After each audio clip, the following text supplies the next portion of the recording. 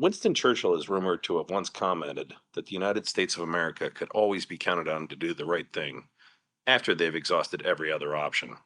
The same could be said of the American judicial system. In spite of its many flaws, for most people, including myself, it is still the best the world has to offer. And with that comes today we interview Randy Coyne, one of the chief attorneys for Timothy McVeigh. Bald, blind, and buddies.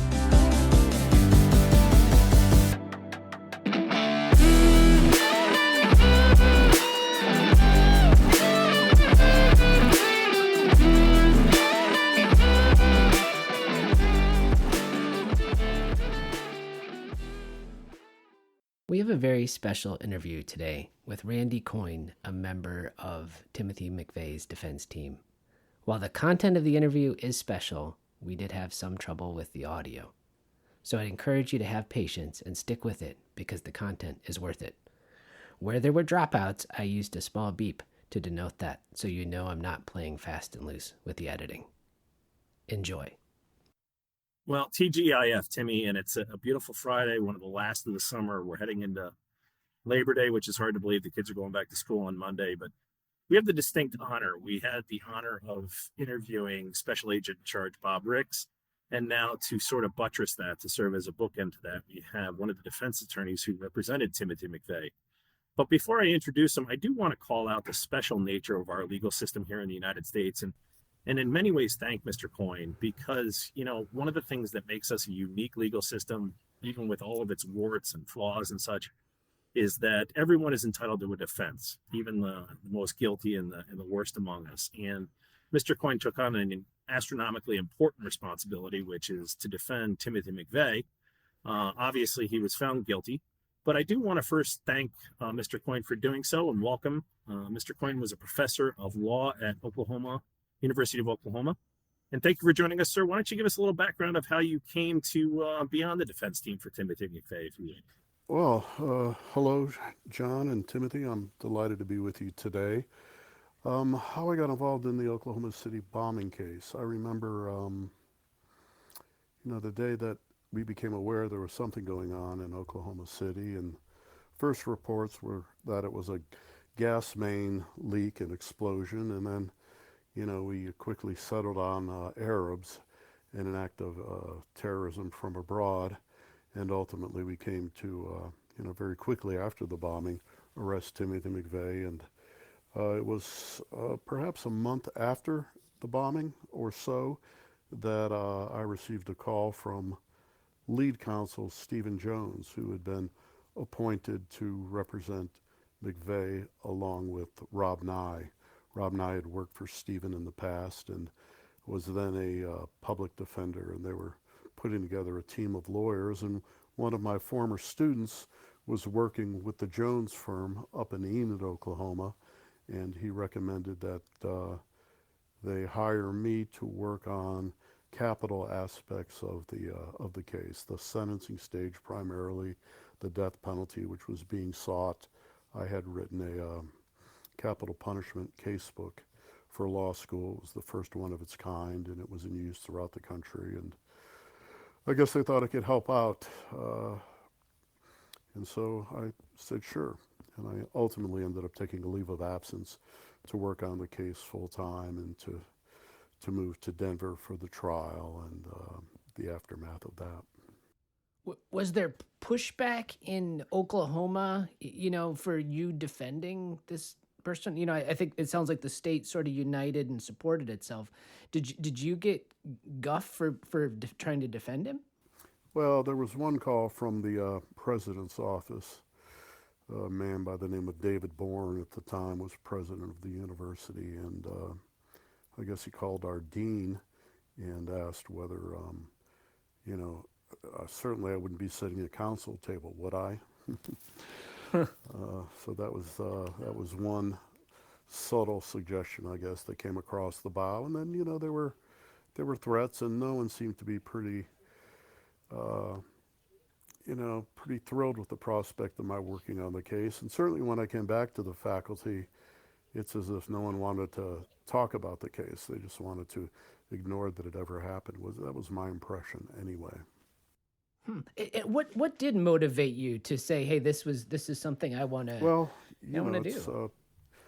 if there was anyone who needed penalty, well, not always, but since I took on my first capital case, I guess I've opposed the death penalty. If not before, then certainly in principle.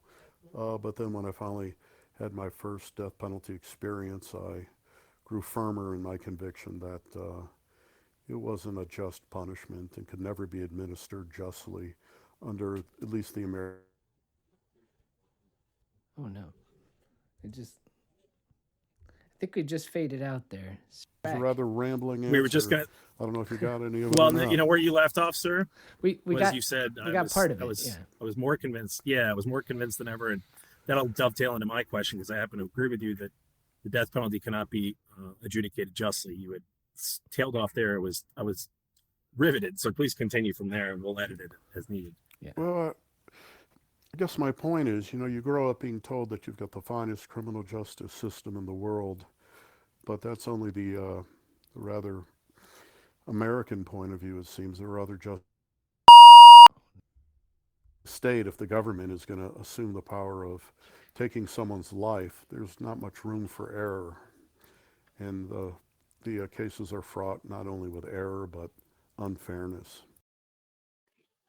To that end, Mr. Coyne, and I happen to agree with you, that's a personal aside, that I tend to be absolutely adamantly against the death penalty. It's neither here nor there, and we can have that for another podcast. But to that end, sir, what is it like going in? Because Timothy McVeigh really wanted people to know that he had done this. I mean, he wanted almost to be martyred, if you will. And I'm curious if that weighed upon you, how you dealing with someone who was clearly guilty and admitted as such. And further, what did you make of his argument for the necessity defense? Maybe you want to explain to our listeners what the necessity defense that he was pushing for was about. Well, first, I disagree that, Tim wanted to be martyred. I think he definitely wanted to respond to what he saw as outrageous government actions at Waco and at Ruby Ridge and so on. I think he was very angry. He was very disillusioned after his military service ended. He certainly was willing to pay the price. He realized the enormity, I think, of what he had done, and he was willing to, to be executed if it came to that. He didn't crave that martyrdom, I don't think. He perhaps, he certainly could have taken other steps, though. You're correct. If he, for example, if he didn't want to be arrested that same day, he had a loaded Glock pistol and a knife. He could have easily shot and killed the state trooper who pulled him over for not having a license plate on the back of his getaway car. He could have been a bit smarter and put a license plate on the back of his getaway car, but apparently he had left it abandoned sometime before the bombing and left a note in the front saying, "Please don't tow," so that it would be available for him when he fled Oklahoma City. And to that end, what do you make, just out of curiosity, and I'm not a conspiracy theorist per se, and I understand why the defense wouldn't call some of these folks, but, conceding the idea, recognizing your expertise, and this was a capital case, was there any discussions that, look, the best we could probably hope for based upon the available evidence is life in prison and let's just avoid the death penalty? And the reason I ask that, sir, is really just, what do you make of the 20 plus witnesses? And again, I'm not a conspiracy theorist. I'm not implying this, but there is an implication that there was someone else involved in the Ryder truck. Do you give any credence to that? What do you think of the idea that perhaps the best the defense could have done was get Timothy McVeigh life in prison as opposed to the death penalty, sir? Well, I think had Timothy McVeigh been sentenced to life without the possibility of parole, the defense team would have considered that an enormous victory. And if you look at his co-defendant, Terry Nichols, who was tried at the federal level, was found guilty and eligible for the death penalty, but was by a federal jury sentenced to a life term rather than a death sentence, whereupon the good people of Oklahoma decided they would spend millions of dollars to seek a death sentence for a man who was going to be in prison for the rest of his life, and hailed him into state court in Oklahoma and tried him for the non-federal murders. And again, he was convicted, and again, he was eligible for a death sentence, but remarkably, never received one. He sits in prison to this day, serving, I guess, his federal life sentence, and that's backed up now by a state life sentence. Do you give any credence to the notion there was others involved, sir? There may have been others involved. Tangentially, certainly there were some names of individuals that may have contributed to the effort to first of all, to gather the money to purchase the ingredients in order to build the explosive device. And those people weren't prosecuted at all, as far as I can tell. As far as the second person in the Ryder truck at the time, I don't know if there was or there wasn't. I, during the course of the trial, played a friendly game of pool with the person who came to be known as John Doe number 2. He was a person who looked very much like the sketch, who had been renting a Ryder truck at the same location Timothy rented a Ryder truck, along with his sergeant, who bore a resemblance to Tim McVeigh in that he was tall and thin and had the obligatory buzz haircut. But I don't believe that person was involved in the bombing at all. I think he was simply wrong place, wrong time situation.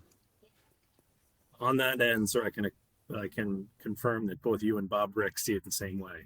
Yeah. But that there was John Doe was just a misunderstanding, misidentification.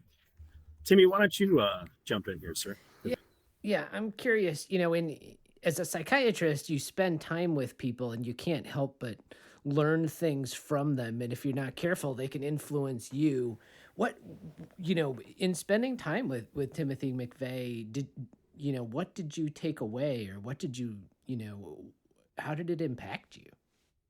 Well, in any number of ways. I, by far, spent more time with Timothy McVeigh from the moment of his arrest, at least until the end of his trial. I'd been up to visit him repeatedly pre-trial when he was still held in Oklahoma, and during the course of the trial, I was perhaps the lawyer who became closest to Tim McVeigh. And when Tim McVeigh was convicted, he asked that 3 lawyers represent him on direct appeal. Dick Burr from Texas, Rob Nye, who was, like Dick, another trial lawyer, and myself. And ultimately the court appointed Rob and Dick to handle the federal direct appeal for Tim. I spent more time with Tim McVeigh than I spent with my then wife during the course of the trial, and more time than I've spent with any other capital client that I've had before or since. And you do become close to people. You learn things about them, some things you like, some things you don't like. Tim struck me as he would describe himself as a patriot. He believed in America as a country. It doesn't mean he loved his government. I rather think he didn't have much faith in his government. He was a loyal soldier. He served in Desert Storm and was awarded a bronze medal. Now, there were a lot of bronze medals awarded during the Desert Storm conflict, but Mr. McVeigh got a bronze medal with a V for valor, and there are far fewer of those. So he was a consummate soldier and was described as such by those who he served with. I'm fascinated by history. I can't get enough of reading about it. It's difficult for me to say that it's 30 years since the bombing of Oklahoma City. And in fact, sir, just so you know, Timmy was one of the few dorm rooms that had a television, and we were all kind of cramped in there watching the results of that on April 19th, 1995. Right. Could you tell our audience a little bit about Elohim City and the white supremacist movement there? Elohim City was a right-wing compound of fellow travelers and believers. I think people that might be of the type that you would run into at gun shows, and people that were disenchanted with the federal government. Certainly, Tim considered himself one of those people. When asked why he didn't simply kill Charles Hanger, the state trooper who pulled him over for a traffic offense, and continue on his merry way, or at least seek to further his escape, he would respond he didn't have any quarrel with the state government. It was the federal government that he really had come to despise, I think, through their actions, and some would say overreaching, at places like Waco and at Ruby Ridge, and perhaps some other government malfeasance that he considered to be, just unforgivable. Yeah, and thinking about that, about organizations and groups who share those ideals, there are people who draw, like Jeffrey Toobin's book, a through line from people like Timothy McVeigh to, the Capitol in 2020. Mm. Do you see parallels there? Is that fair? Is that a stretch? What are your thoughts on that? So I've done I think, an excellent job of managing to avoid reading anything about the Oklahoma City bombing, Right. written by Stephen or by Tim. They both have books. Yeah. My daughter had an article, which I'm told is excellent, and I believe is excellent, that she wrote about her experiences being my daughter, which was published, I think, in Salon, an online journal, and was one of the best articles of that year, I think. I still haven't read that. I don't want to be influenced by anyone else's. Right. And the notion has always been in the back of my mind that someday I should write a book and I should talk about the things that people don't know about, which would include what a dreadful job the defense team did, just how it wasn't really guided by as much by defending Timothy McVeigh or sparing him a death sentence as it was seemingly driven by publicity opportunities, and how can I, get my face on the NBC Evening News. And it was really a dispiriting place to work during those times. It became I think, a treasure trove for Stephen Jones, who was able to hire his own law firm. Practically everyone in his law firm came on board the defense team, regardless of their expertise or experience in capital cases. And as far as I know, Stephen went on to pay them their ordinary salary while billing their time at the government rate. So he would have pocketed a rather hefty sum of money from that alone. And Mr. Coyne, I know that you haven't participated in reading, but I can tell you, going back to Jeffrey Toobin's book, he makes that abundantly clear. Yes, he does. About the Yeah. failures Oh, he of does. defense and Yes, such. yeah. He does Oh, indeed. good. Yeah. And on Stephen Jones in particular, I would say. Oh, good. Well, maybe I don't have to write my book after all. To that end, sir, one of the things that he talks about, because Jeffrey Toobin was a former federal prosecutor, Harvard Law trained, and so forth. Right. One of the things he talked about was the laments in the book. You don't have to read it, sir. I'm not asking you to, but he said that, it was almost medical, or I wouldn't say medical, or legal malpractice, that and a throwaway line that most federal filings have, which is others unknown. Stephen Jones, the attorney, ran with that, implying that the government had some vast conspiracy that it was covering up. And, even in recent interviews, Stephen Jones has basically said, yes, I understand McVeigh's culpability in the plot. I just believe that there were others involved. Are you upset by the sort of taking and running with the others unknown, which is kind of a throwaway line saying we, the government, are indicting Terry Nichols, Timothy McVeigh, Michael Fortier, and others unknown, implying that there might be other people that, might remain to be charged. Were you upset by that at the time, sir? It didn't, I can't say it upsets me. I just see it as a way of Stephen maintaining media interest in Stephen, and apparently it's working. There are a sufficient number of conspiracy-minded folk out there that would be happy to believe that the government, A, knew about the bombing in advance, and therefore, B, certain government officials were missing from the Murrah building at the time of the detonation, and that the government may have played a larger role in the crime than we know about. I don't necessarily subscribe to that. And I'd be remiss if I didn't ask the question. I asked Mr. Ricks, was there anything, and we let him know in advance that we were going to be meeting with you. And again, thank you for taking some time. This has been fabulously interesting for me, particularly. I asked Mr. Ricks, was there anything that you wanted to ask? Meaning, Mr. Ricks, do you want to ask Randy Coyne anything in particular? And he said, no. He said, what I would like to know, though, is there anything that, 30 years now, Timothy McVeigh having been deceased for nearly 25 years, is there anything in the public record, outside the public record, that you'd like to share with the listeners? He just said, is there anything that I need to be aware of that we didn't know at the time?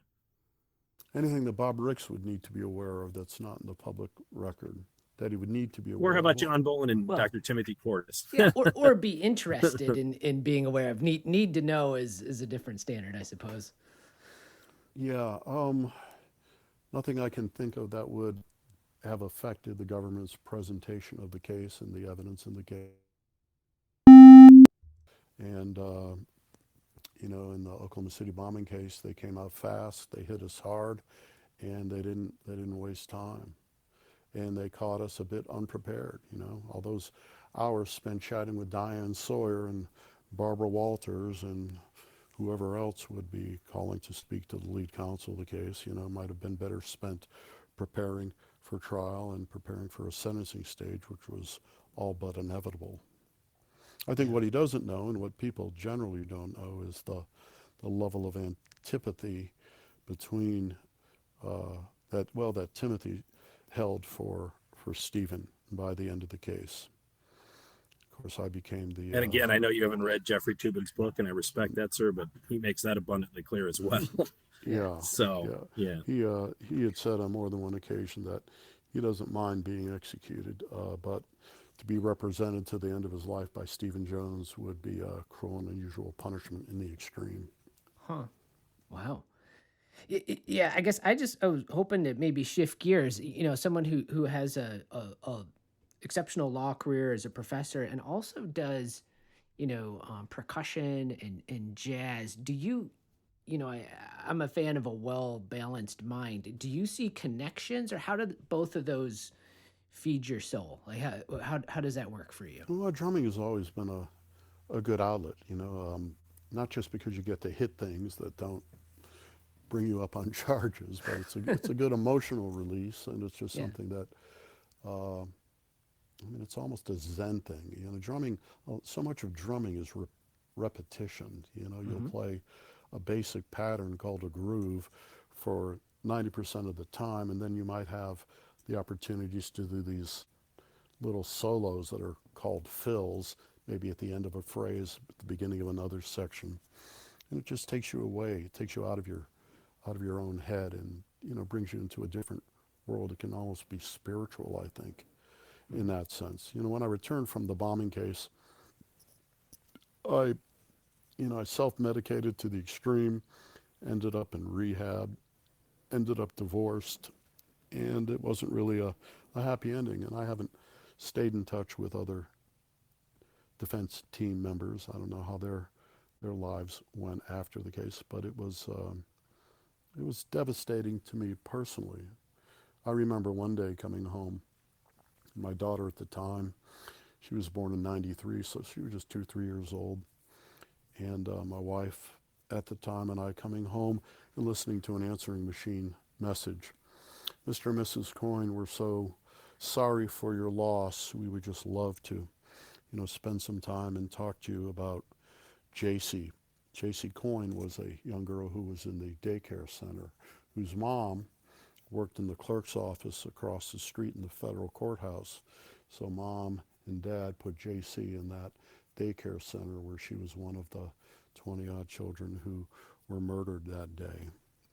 And then clearly this reporter was just going through the phone book and, dialing every coin they could come up with, and hoping that one of them would be JC's folks and that they might return the call. But it struck us. Yeah. Oh my goodness. Wow. That's quite a story, sir. So they were just hoping Hoping to put the connection together, huh? Right. Yeah. Wow. And I appreciate your candor, your honesty, sir, is to be commended about self-medicating and the impact it took. I had occasion to take a 95-year-old friend and some of his friends to the bombing museum, or the memorial as it's called, in Oklahoma City. I'd been several times before, but hadn't been, probably in a year or two. And I noticed that they have some additions. They now have on exhibit McVeigh's getaway car, and also the knife and the Glock pistol that he was carrying when he was arrested by Charles Hanger shortly after the bombing. That pistol Tim had offered to give to me, but at the time I didn't own guns and wasn't particularly interested in guns, and told him no, I really didn't think I would make use of it. Since then, I've purchased guns, and I enjoy shooting on occasion, but it was interesting to see that it's made its way into the museum. Very, very wonderful, wonderfully put together exhibit. A little light on the defense side of the case, if you ask me, but that's my skewed perspective. And sir, were you Timmy and I have both come from an academic background, and one of my laments is, that I tend to be more on the libertarian liberal side. Is comedy was killed by liberals and such, and I think one of the notions that I get upset with now is that you're sort of persona non grata for doing a very sort of noble idea, which is defending the least among us and the worst among us. Did you have difficulty when you went back to the Oklahoma, and you had mentioned President Bourne? He was a senator himself, was he not? Yeah, until he was run off in disgrace for showing a predilection for young male graduate assistants, I guess. I did not know that, but he retired in shame and died just a few years ago, sadly. How was your experience with the faculty when you went back? And then I'll let Timmy sort of ask another question. I think I was traumatized by being a part of what was just a really, frankly, shitty defense team effort. And I felt like I was, I won't say shunned, maybe that's putting it a bit strongly, but, no one seemed to appreciate what I had done. No one seemed to care at what cost I had done it. And I don't regret doing it. I would do it again. It's not that I shared political beliefs with Timothy McVeigh. I think Tim, perhaps you and Tim McVeigh were more alike politically than Tim and I were. Wholly apart from that, I found Tim to be slightly racist from time to time and delusional, in fact, in ways that the public is not aware.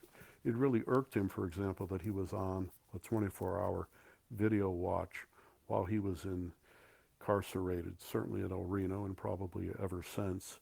And he would complain about Janet Reno sitting in Washington, D.C. She was then our Attorney General, back when we had real lawyers operating as Attorney General.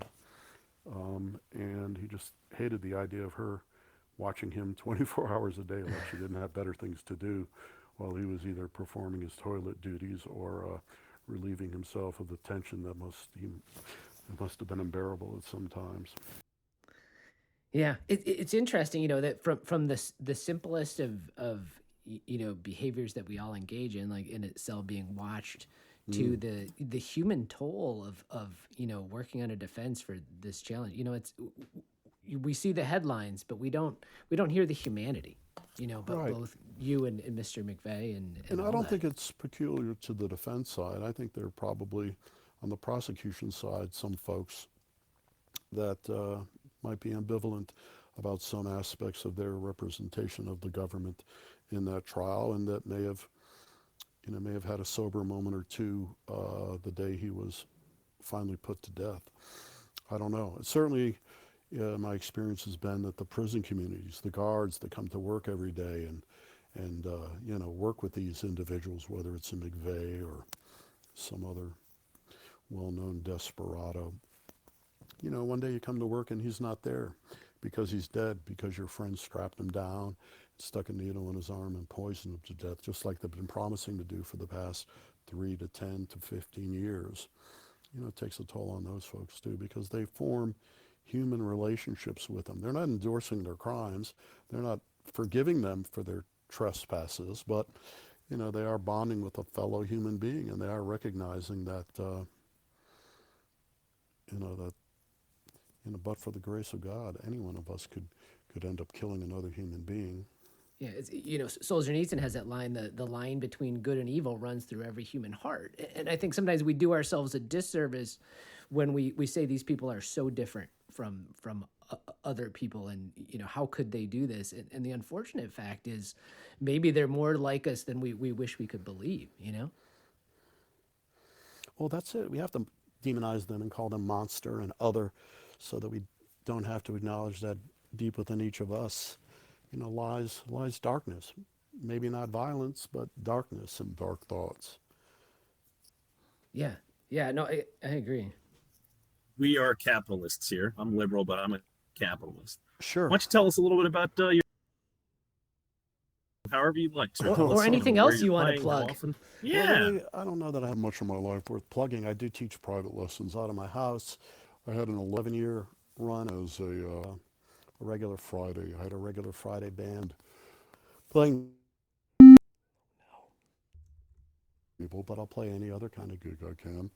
I presently, my only steady gig is a church gig, working for a small black church in South Oklahoma City that I really enjoy. It's a tiny church. We are in the pews, but again, it's just a great release, and it's given me the opportunity to lay my eyes and ears on another way of worshiping. I grew up Catholic. I grew up, with a bit of high church in my background, and not a lot of joy in the ceremonies, unlike the ceremony or the service that I have the privilege of playing for on Sundays these days.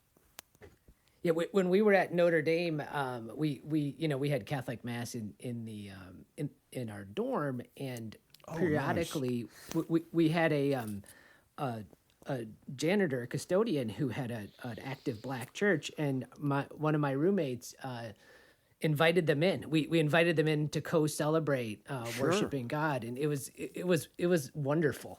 It's just neat. It's a whole different world. That's what being a defense lawyer has enabled me to do, and being an alcoholic, frankly, has enabled me to do too. You meet people that you would never encounter in your ordinary life. If you were living just an ordinary life, you see people from all walks of life. Now, in capital cases, you tend to see people of color. You tend to see poor people. You tend to see people that have been horribly abused as children. That's just sort of the run of the mill. What you don't find are rich people. Yes, I also want to call out and thank you. So I'm a psychiatrist. I actually have special, additional training and an interest in helping folks with substance use challenges. So Great. I appreciate you talking about it. Oh yeah. Because there's the people will be wearing pink and doing all this, saying, hey, I've had this, and I wish people in recovery would just say, hey, this is something that happens to people. It's something I'm working on, Right. and it didn't have that stigma, So I appreciate you talking about it. Well, whether they know it or not, everybody knows someone who's an alcoholic. They absolutely, or an addict, and there are just so many of us out there, and I appreciate the need for anonymity and all that, but losing your anonymity helps you stay sober, frankly, because then you've got everyone watching out, looking for your relapse. It's there's nothing wrong, and I'm ashamed of things I've done. I'm not ashamed of who I am and what I've been through. Certainly, I'm ashamed of my behavior as an alcoholic person, but what can I do about that other than try to live a better life? Yeah. And, Well, you're here, Mr. Coyne. Certainly. So thank you for that. My pleasure. And Mr. Coyne, I have to tell you before I forget, sir, this has been absolutely effing unbelievably interesting to me. I cannot thank you enough. Well, I want to hear about the Notre Dame person, you guys. I had a friend of mine tell me, well, they just interviewed some Notre Dame football player. Which one was that? And what was that like? We did. So, as it happens, sir, I grew up Catholic. I'll give you the quick version because you and I are kindred spirits. You are a wonderful soul, I can tell. Well, I don't know. I grew up obsessed with Notre Dame. I'm 16 years at Catholic school. Yes. All it did was make me angry about Catholicism, so I can relate to that. Right. I Sure. come from a long line. I have obsessive compulsive, and Sure. they say that's the old Catholic disorder. Yeah. I am probably. 5 minutes away from being an alcoholic if I don't keep an eye on it. There I you get go. it. I Well, have remain vigilant. Yeah, trust me. Yep. Yeah, I know. I have 3 children now. Timmy and I have been friends for 30 years. But my point being is I love Notre Dame football, and it's a completely irrational idea because I understand that it produces nothing. Well, we interviewed Wes Pritchett, who was on the 1988 national championship team. That was last week's. Yep. And are you a Notre Dame fan, sir? You know, I always admired Notre Dame. Of course, they're a football powerhouse. I've got to say this, and it's true, I've never been an Oklahoma football fan. I mean, they've had great teams, they've had some success, but yeah, Notre Dame is just one of the best teams of all time, along with, and Alabama and all those, Clemson, all those great teams, Texas. They're a hell of a rival for Oklahoma, but I'm not an Oklahoma fan. So on our podcast here, we do the segment. It's the whack job or the hero of the week, where people can call out somebody who's, not shining a light in the world, or somebody who does shine a light. And if you want to, we'll give you the option to and you don't have to either. Declining is an option too. To talk about, someone you might consider a hero or someone you might consider a whack job these days.